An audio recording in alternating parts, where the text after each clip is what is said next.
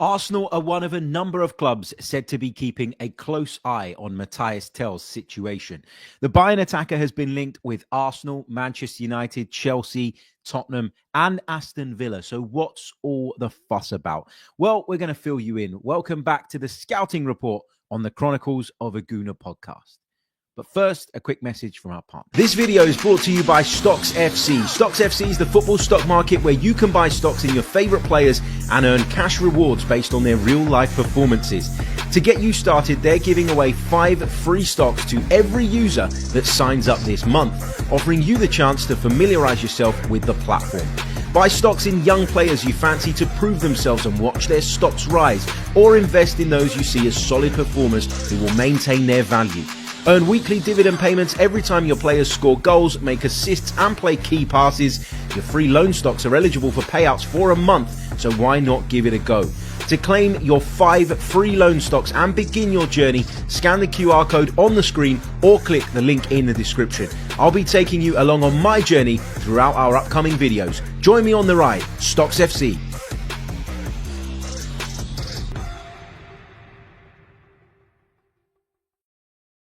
Hey people, how are we? Welcome back to the Chronicles of a Gooner podcast with me, your host, Harry Symeou. The transfer window is almost shut. Arsenal are yet to bring in one of their transfer targets. We've heard just now, just before we've gone live on this edition of the podcast, that Zareminale, the Norwegian that Arsenal have been heavily linked with, is going to be staying at Rosenborg until the summer at the very least. The deal has not been found that will see him leave the club during this transfer window. And so according to David Ornstein, he is staying put. Maybe we'll bring you some reaction to that a little bit later on in the stream. I have to say, look, I don't know a great deal about Zareminale. So if I was to sit here and play the outraged card, I'd be just doing it for effect. So I'm not going to do that. I don't know a lot about the player, but I know that Arsenal obviously had that interest, and that, of course, across the continent, he is very, very highly rated. But I'm sure we'll get more on that, and I'm sure we'll discuss that in more detail over the coming days. The purpose of today's episode, or of this episode, I say today's episode, but I shouldn't say that because I might have to do another one depending on what happens later on in the day, if there are any developments around Arsenal and the transfer market.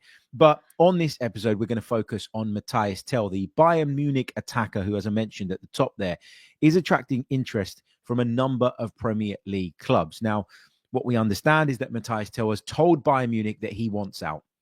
And you can understand why when you look at how little football he's had this season. He's shown great signs of promise over the last couple of campaigns, and we're going to get into all of that and break that all down on this episode of the Scouting Report. Now, it's been a while since we've done one of these, so I'll just remind you guys of what the format looks like. We will start with the player's background and career journey to date. Then we'll look at some statistics. We'll do a little bit of a deep dive, and we'll try and make sense of those statistics. Rather than throw a load of numbers at you, I'm going to tell you what those numbers show me. Then we're going to take a very, very short ad break before we finish up by telling you what the eye test tells me about this player, and then we'll wrap up with a conclusion. So lots and lots to come on this episode. If I could just ask you, before we get into the thick of it, if you haven't done so already, if you're watching us on YouTube, leave a like on the video and subscribe to the channel. If you're watching us on X, leave a like, but also please come over to the Chronicles of a Gooner YouTube channel. That way you'll never miss an episode, and you can subscribe to us on your favorite podcast platform too, if that's what you prefer. Lots of you saying that he's on his way to Spurs, etc., etc. We have heard over the last 24 hours that Spurs have verbally agreed a fee with Bayern Munich to sign MATHYS TEL. But at the moment, as far as I understand it, the player has not yet made a decision on whether or not he wants to join Tottenham Hotspur. Man United are in the race. Arsenal are said to hold an interest too.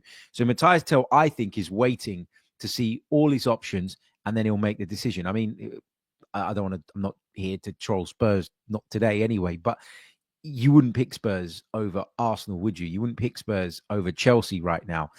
So I'm sure all of that is dependent on what other offers come. I think MATHYS TEL just wants to play football.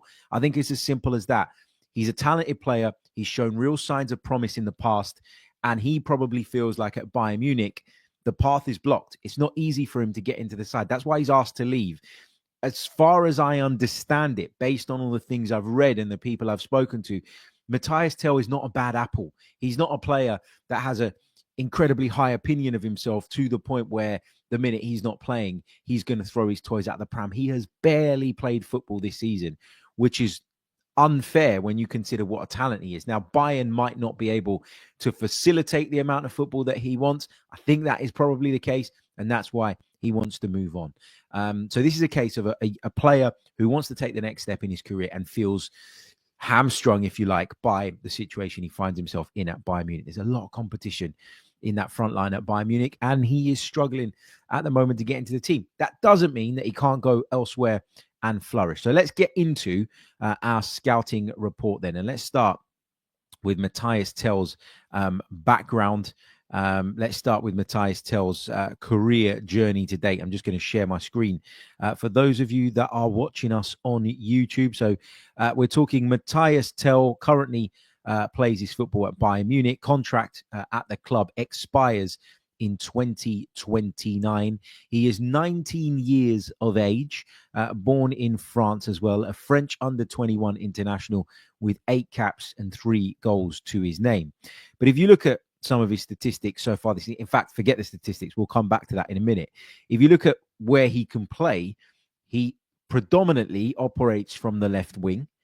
And I think that Arsenal in the long term do need to look at that position. Like, I don't think it's the priority today, because I think that it's fair to say we all need a striker, or we all want a striker before we want another left winger. We've got Trossard, we've got Martinelli, Sterling can play there as well.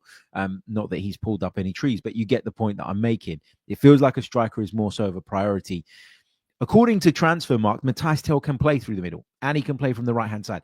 I think, based on what I've watched and based on the research I've done for this episode, that he is definitely a better left winger than anything else. I think that Arsenal, in the long term, do need to look at that left wing position, because it's been another, in terms of outputs, generally speaking, underwhelming season from Gabriel Martinelli. And if I'm being honest with you, I wouldn't be surprised if Leandro Trossard was to leave the club in the summer. So, you know, there's work that needs to be done there. Maybe not today, maybe not tomorrow, but certainly in the not too distant future.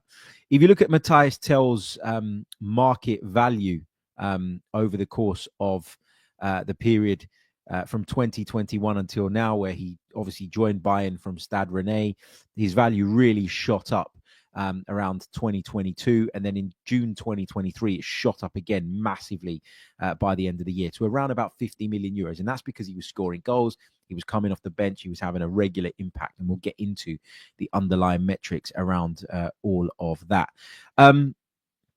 If you then continue on, that valuation has dipped and dropped because he's not playing as much football. That's the reality of the situation. You can talk about all the other factors, but this is ultimately why he is not regarded to have the same market value as he maybe did a year or so ago.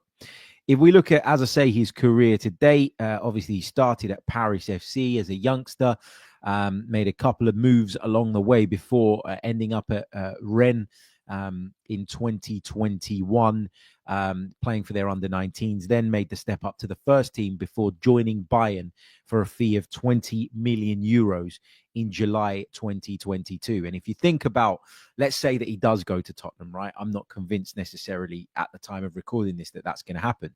But let's say that he does go to Tottenham. We're talking about a 60 million euro fee. So they'd have tripled their money on MATHYS TEL if that's what they get for him. Obviously, the player has to want to go there as well, and I think that's where Tottenham might struggle versus some of the other teams in the mix.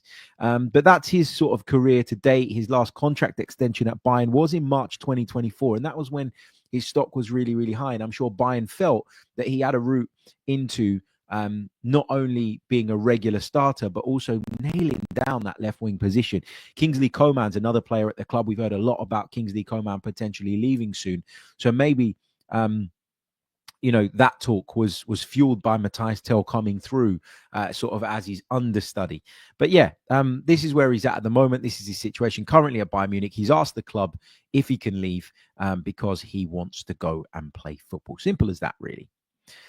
Okay, so what do the statistics then tell us about MATHYS TEL? How good is this guy, and how does his reputation translate into actual numbers and actual tangible metrics? Well, there's a few things. I've brought up his FB Ref profile here for you so you guys can see it on the screen, those of you that are watching. But what does this tell me? I think, first of all, you have to look at his overriding stats, right? So forget the detailed bits, right, for a minute. Let's talk about the overriding stuff, right? The main stats. Look at it for what it is. Yet to score in his 14 appearances this season, but he's only played a total of 458 minutes. That's just over 5 games, right? So it's not a great deal of football. You can understand why he wants to move and why those metrics might just be a little bit misleading. In order to understand and to ascertain how good MATHYS TEL has the potential to be, I think you need to go back to the past couple of seasons. 23-24 season, he scored 10 goals and got 6 assists in a total of 41 appearances. But again, the number of minutes is really, really important here. He managed that in just 1,406 minutes. So he managed 10 goals and 6 assists in the equivalent of 15.6 games. Okay? So that makes for much more positive reading. Again, I always talk about context. I always talk about when you're going with stats, making sure that you understand them fully. And I think it's important to apply that context when breaking this down. In 22-23, he scored 6 goals in the equivalent of 6.6 games in terms of the minutes that he played. Simply put, when MATHYS TEL is on the pitch, he is a goal threat. He is a goal threat. He is a contributor. He is somebody that can hurt the opposition. Now, if I go through the FB Ref page, some of the things that kind of jump out to me: shots total, he's in the 93rd percentile. So only 7% of his peers get more shots off in a game on average than MATHYS TEL. He averages, as I say, 3.57 per 90. He's clearly someone who enjoys adopting a shoot on sight policy, which I really, really like. He's in the 86th percentile when it comes to successful take-ons.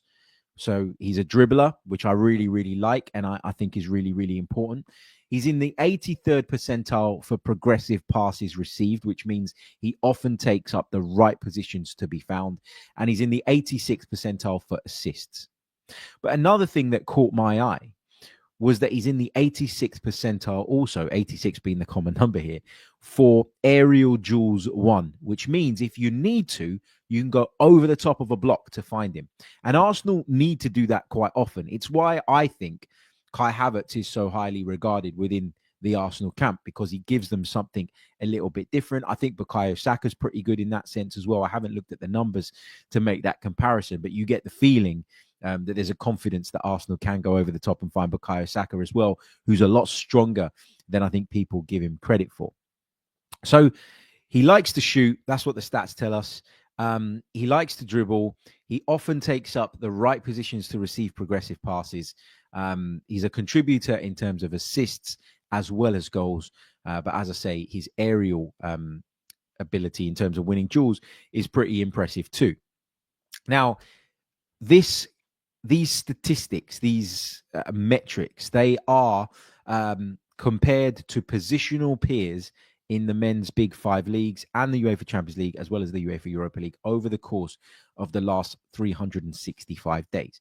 I would bet that if you went back 365 days, and I can't do this because I don't have that capability with the website that I'm using, but I would be willing to bet a fair chunk of money on the fact that if you went back a year, these statistics would look even better. And he'd be even more appealing to us when you break it all down. The issue is that he just simply hasn't played a lot of football this season. And again, you know, sometimes people would look at that and say, alarm bells, why? Why has he not played? Why has he not had the opportunity to to play more football? Is that a problem with him? Is that something, to do with the manager? Sometimes players just aren't in the right environment. It's as simple as that. And to sort of use the lack of football as a stick to beat MATHYS TEL with when he's playing at a very competitive Bayern Munich side, I think is probably a little bit unfair. I think he's a young man, and so I would have no qualms with sort of waiting a little bit for him to get to the level that we think he's capable of. But you're looking at potential here. This is certainly one that you'd be looking at potential with, rather than him being necessarily the signing for the here and now. And that's why, in an ideal world, if Arsenal could secure him on loan with an option to buy, I think that's the right way to go.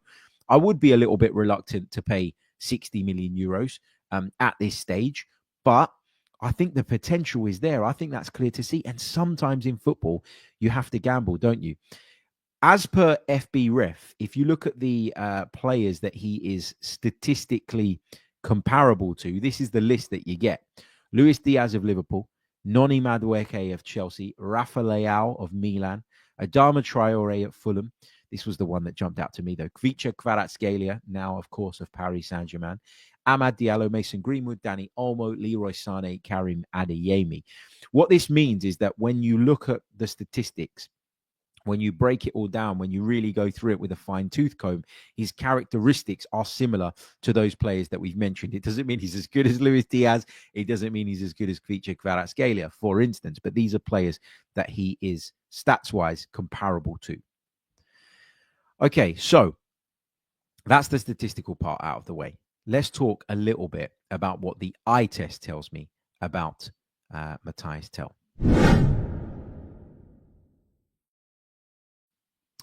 So I've spent a fair chunk of time this morning watching clips and compilations of MATHYS TEL, and probably more time than I should have when you consider that, as per the reports, he's not probably... I'm not going to say he's not going to end up at Arsenal, but he's more likely to end up elsewhere. I spent, as I say, a lot of time, too much time watching him. And what did I take away from it? What were the notes I made watching MATHYS TEL? He's a finisher with real conviction about the way that he strikes the ball. He's like a golfer with all the different clubs at his disposal. Need to lace it, no problem. Need to curl it with your instep, no problem. I think his decision-making is great in terms of his finishing style selection and the choices that he makes. I think it's clear to see that his first thought when receiving the ball or challenging in a duel often seems to be, how can I set myself up for the shot? And can I do it with one touch? Can I do it with two touches? How do I get myself from receiving the ball to shooting position? That's his first thought. And I love that positivity. The stats on how many shots he has in comparison to some of his peers, I think, really do back that up. And as I say, the eye test tells you that. He's a dribbler who commits defenders. He's got great balance. And I believe that dribbling is a dying art. It feels at times in the modern game anyway, but it's such a powerful skill to possess because it's not just beating one or two men. It's the panic that it sends through a team when a player can pick up the ball and run through a crowd. It's the panic that sets in that then causes defenders to step out of position. It causes that hesitation and the decision-making process between, do I go and help my teammate or do I hold my position? And if a player can dribble brilliantly, close control, and attract people in, and then has the know-how and the understanding of when to maybe pop the ball off left or right or pick out a pass, you can create so much room for your peers. It's unbelievable. So I think dribbling is really, really important. And I know I bang on about this a lot. But when Gabriel Jesus first arrived at Arsenal, right, and we were waxing lyrical about the impact he had, one of the things that really jumped out to me was the fact that this guy was so comfortable dribbling and was willing to run through the smallest spaces and dribble through the tightest crowds because he believed in his own ability to do that successfully. And then he could work it right to Saka or left to Martinelli or use Martin Odegaard, who would have been up in support alongside him. And all three of those players got 15 league goals apiece that season. And I believe Gabby Jesus played a massive part in that because his dribbling just caused chaos and havoc each and every time he roamed forward. And I think MATHYS TEL's got a similar characteristic there. He looks like a street type of footballer. And those players, in my opinion, okay, you need to have a system. Okay, you need to have a structure. We know that's really important in the modern game. But those types of players, for me, should be empowered, not shackled. And that would be my only reservation about MATHYS TEL coming to Arsenal, aside from the price. It would be, is he going to be allowed to be the MATHYS TEL that I've just spent the morning watching? Or is he going to be shackled a little bit? Is he going to fall victim to the fact that we seem to prioritize system, organizational structure, and shape ahead of everything else? That would be my one concern. But I feel like at times this season, we've been crying out for that type of player, the unpredictable one, the one who is willing to do something off the cuff, the one who is able, to pull a moment out of nowhere, the one who doesn't even know what he's going to do himself until it happens, which can then, of course, make you almost impossible to defend against. I really like the look of this player. The eye test tells me that he's a big talent. Does he need a bit of nurturing? Of course. Is he going to need some confidence? Is he going to need minutes above everything else? Well, yes, that's ultimately, I think, why he wants to leave Bayern, right? People are saying in the chat, too bad Spurs have their claws in him. I mean, they're interested, obviously, but if that was a done deal, and I know I can only speak at the time of recording, things happen and change really, really quickly in football. But if that was a done deal, then he'd be on his way there now. The time's running out, but he clearly feels that there is other options on the table, and he's willing to wait and see what works best for him. In terms of my conclusion, then, bring him to the carpet. He could be the long-term answer on the left wing for us. I honestly believe that he's got that potential. Potential must be fulfilled, of course, but I've seen enough to believe that he's worth rolling the dice on. If you can get him in on a loan with an option to buy, I think that's the perfect scenario. And I think that's the right way to go about it. But you might have to do a little bit more if you're going to get him ahead of everyone else, in which case then I would think about it. I'd think twice. But just based on what I've seen, based on what I've read, based on the statistics that I've done a little bit of a deep dive into this morning, I think he would be a good addition. And as I've said already, I don't think Trossard and Martinelli necessarily are the top level wingers that you should be aspiring to have in your side. We've got a top level winger on the right hand side when he's fit in Bukayo Saka. We've got a really exciting prospect coming up behind him right now in Ethan Nwaneri. But on the left hand side, I think we've got two good players, but we're without that elite player. Now, I'm not saying Tel is that today, but he could be that in the future. I think that the ingredients are there. So that's what tempts me into trying to make this signing. That's what tempts me into trying to get him in through the door. Jid says, oh, Harry, don't tell me you fell into the trap of judging a player off just a morning of watching YouTube compilations. No, I haven't based it solely on that. I based it on my prior knowledge of Tel, which admittedly isn't amazing, but obviously I had knowledge of him. I've seen a fair amount of him. I've spoken to a couple of French football experts who have been following his career very, very closely, who rate him incredibly highly. I've looked at the stats myself. I've looked at the clips myself. I'm telling you what my opinion is. I'm telling you what the eye test is telling me. I'm telling you what the statistics are telling me. I'm not presenting it as fact. This is just my belief and my view and my opinion. I think he's a really good player. I think he's a real talent. It would be a shame to let him go to Tottenham Hotspur. It would be a shame for him if he was to fall into the trap of agreeing to sign for them, of course. But, that's certainly in play at the moment. But there are a number of other clubs looking at it as well. And look, we all agree and we all know that right now Arsenal's priority needs to be centre forward, right? That's what we should be looking at first and foremost. But we've talked a fair bit over the last few days about market opportunities. Within the last few days, a very talented French winger who plays for Bayern has come out and said he wants to leave because he wants to play more football. Is he the one that we should maybe try and pivot towards in the absence of bringing in the striker that we all need? Because it's not looking good on the striker front. Let's be honest. We've got 3 days left? Saturday, Sunday, and Monday, the window closes. We ain't got a great deal of time left to do the deals that some people are suggesting. The Watkins thing, we'd love it to happen, but just can't see it at the moment. And I've heard nothing to suggest that it is progressing or moving forward. So maybe we have to pivot elsewhere. Leslie says, I'd go for Tel if we can't get a centre forward. I think that's probably the right way to look at it. Yeah, that's how I'm looking at it right now. I'm not saying he should be the priority, but he's a really interesting player. And I think if it's doable, we should be looking to bring him to the carpet. Just my opinion. opinion, I should say.